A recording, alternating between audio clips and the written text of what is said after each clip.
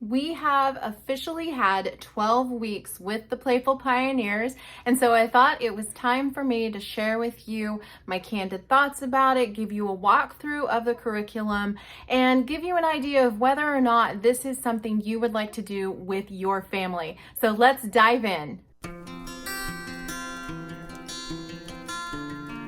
To give you a little background, several years ago when we had a Jubilee homeschool year where we took a break from our traditional curriculum, which typically is Tapestry of Grace, I used curriculum from the Peaceful Press. And I started with, I believe, the Peaceful Preschool or Preschooler. I'm not sure what that is exactly, but that's what I started with. And I loved it so much. I went to The Kind Kingdom, Precious People, and I went through some of the guides with my little girls and on and on and on, except I didn't get to the Playful Pioneers. And I really wanted to because years ago I had read all of the Little House on the Prairie books to my older kids. And I really wanted to do that with my younger kids, but I felt like it was time to move back into Tapestry of Grace, go through history chronologically, and get my older kids graduated with the classes that they needed. And so we work all together for history in our morning time. And so we went back to Tapestry of Grace and we left Playful Pioneers on the back burner. Now, as I mentioned, I had read the Little House on the Prairie series to the kids, and that is what Playful Pioneers is based on. So I knew I wanted to come back to it at some point so that my little kids would get the same experience and would enjoy the Little House on the Prairie books just like their older siblings did. So once we finished that 4-year cycle of Tapestry of Grace and I got all of my older kids graduated, it was the perfect time to have a Jubilee year, do something different, put Tapestry of Grace on the back burner, and pull out the Playful Pioneers. Everybody was super excited to do the Little House on the Prairie series, and so that really helped too. So I downloaded the curriculum and I sent it off to the Homeschool printing company. The link to that will be in the description box. And I had them print it, spiral bind it for me. I only did the parent's guide. I did not print the student sheets and I did not print the recipe book. I figured I'd just leave those files on my computer and print them off as needed. But I like to have the guide in my hands, and you'll see when we do the walkthrough kind of why I like to have it that way. I like to just be able to put my hands on it, turn the pages, see where I am, and not have to get onto my computer every single time. But it was important to me to go ahead and have it bound, and so I sent it off to the Homeschool printing company. As a large family mom, pretty much everything from the Peaceful Press is very large family mom friendly. It's all laid out in a way that makes it very open and go, makes it very simple to implement. Most of the things that you need, you already have on hand. There are certain books that you need to buy. Obviously, the Little House on the Prairie series needs to be purchased, but beyond that, you really could use your own stuff and get by just fine. So I want to give you a walkthrough of the curriculum and tell you a little bit more about it so that you can see firsthand whether this would be a good fit for your family.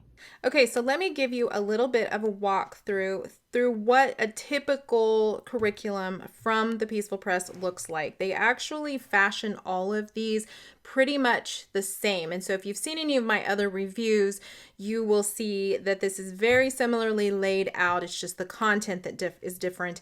And I actually very much love the way that this is laid out. It is so easy for a large family mom to use. It is so easy for a mom who is super busy to use.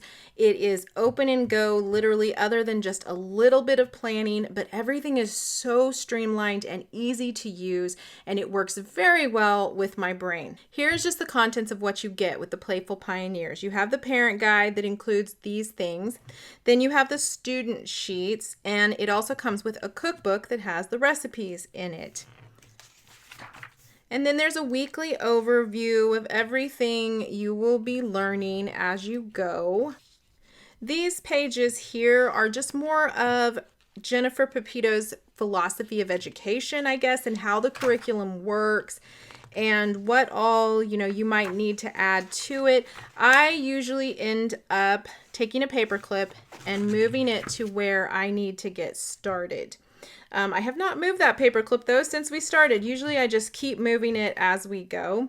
But this is the master book list. This is what you need to really do this curriculum well. Now, I'm going to be totally frank with you. I have the series. I went ahead and bought theology. I did not use the Jesus Storybook Bible this time, and I already owned Farm and Nature Anatomy. But I would say that as a whole, this is what you need to have on hand. Everything else from there, all of these other suggestions that she has all through the different weeks, you can see there's lots and lots of suggestions for books. These are not necessary. You can either supplement with what you already have in your library, in your home library, or your library in your local city, but you do not have to do any of these. You don't even have to supplement. These are just in addition. If you'd like to talk more about certain things, like here's a week on bears. If you wanted to be talking more about bears with your children, get a bear book or get this particular book. They're great selections that she has chosen, but they are not necessary. They are not the core of the curriculum. So these are all just suggestions. She also has an independent reading list by age that goes through like American history, K through 3. And then she has things like world history and on and on. Again, I paper clipped it so that it would move over here to week 1 so that I could just get started right where I needed to get started. As you can see, the lesson plans are in grid style. You have the days of the week at the top, and then you have the subjects down the side, and then everything, all of the lessons are in here. Fridays are completely blank except for typically some sort of field trip idea. For Bible time, she likes to have you sing and also do a lesson from theology, and that is this book right here. She shares the page that you need to be on. And then she also has like over here copying verses or reading verses to go along with the Bible lessons. Currently, we are doing theology, but we're also still finishing up Hurlbut's Story of the Bible for about the 3rd time that I've done this with my children. It's a really great overview of the Bible, and so I went ahead and wanted to finish that before doing anything else. So we are just reading from theology and then doing our section of scripture from Hurlbut's.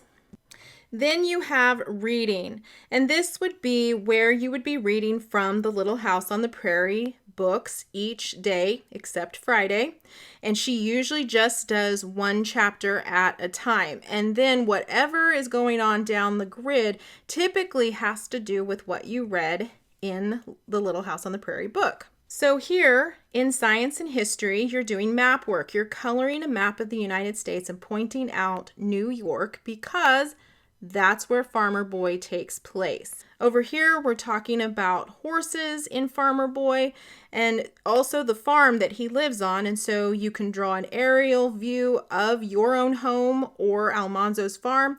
And then she also suggests reading from Horses by Laura Driscoll. Again, this is just a supplement. This is not something you have to do.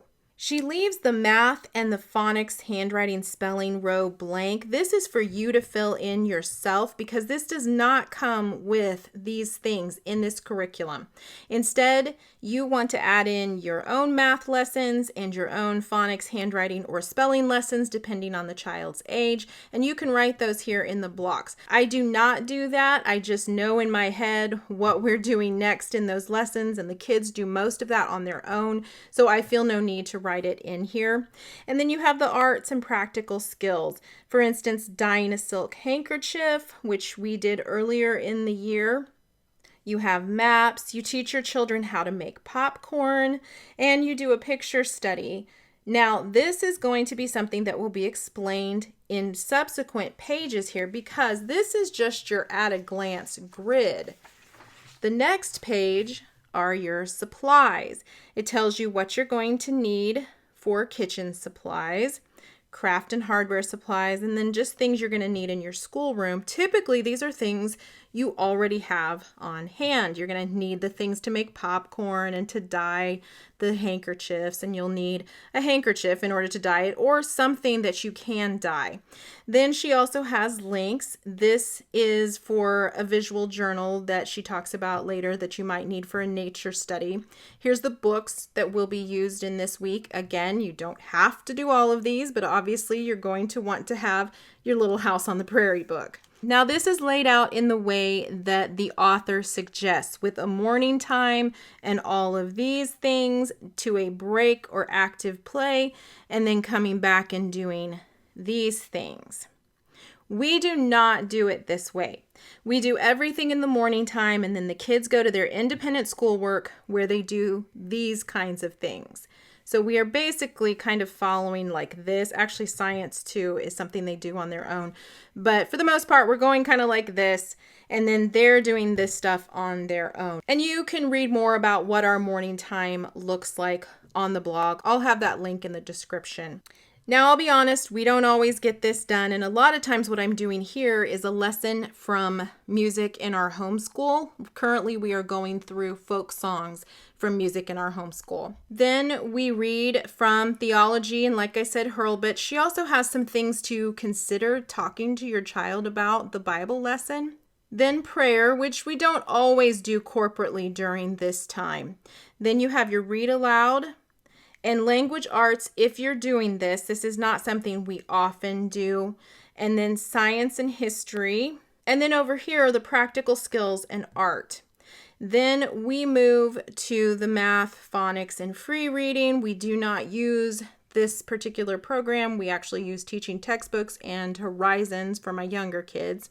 For phonics, my younger kids are doing phonics still, but a lot of them are not doing anything like that anymore. I don't think I have anybody in spelling right now. I do have a few still in handwriting. And then as far as free reading goes, typically I have a literature assignment for my children, and they also have a Bible reading assignment that they do on their own. And as you can see, in these lessons, there are links. Now, obviously, when you get it done like this, where you got a hard copy, the links aren't going to work. I have to go to the digital link, or I have to just type this into my browser to get these links. But this shares exactly the instructions that she's using, and it helps you to just know what you need to do. These daily lesson plans continue through each day, leaving out Friday again, because that's usually a field trip day. And then it moves on to the next week. Okay, so that is a basic overview of the Playful Pioneers. Now, my own personal assessment of this is that it is super worth the money. There may be things in this that I don't use. For instance, I do not use the student sheets, which are mostly copy work, and I don't often get around to making the recipes or doing some of the projects in here. But that said, this is a super reasonably priced curriculum, and it is full of memory makers that are very easy for you to do as a large family mom. So I do highly recommend this. And I will also tell you that it's not just for little kids. My children ages 14 and down are doing this curriculum. We do it during morning time, and they enjoy the activities. They enjoy being read aloud to. It's really not just for young children. In fact, my 19-year-old daughter, who has already graduated, she often sits in on the lessons with us just to be read aloud to. So this is a great morning time option to use with all ages. So you do it together as a morning time activity, and then you let everybody go off to do their independent schoolwork. You get in your Bible, you get in some literature, you get in some history, maybe some science, some activities, and some other things like that that go along with the curriculum. It's all cohesive, it's all enjoyable for everybody, including mom. And then they go off and do their independent schoolwork, like their math, and if you want to add in extra science, or perhaps you want them to take a class in graphic design or computer skills or something like that, that they can do after you're done with morning time. Because frankly, this is only going to take you about an hour to do, and it's time well spent making memories with your children in a very simple, easy to follow way. So hopefully that has given you a really good overview of the Playful Pioneers and helps you to know whether or not this is something you want to do with your family. If you have any questions, please feel free to leave them in the comment section. I will explain and describe and help and guide you as much as I possibly can, because I really, really do love pretty much everything that the Peaceful Press puts out. So you really can't go wrong. And I want to be able to share that joy in your homeschool with you and your family as well.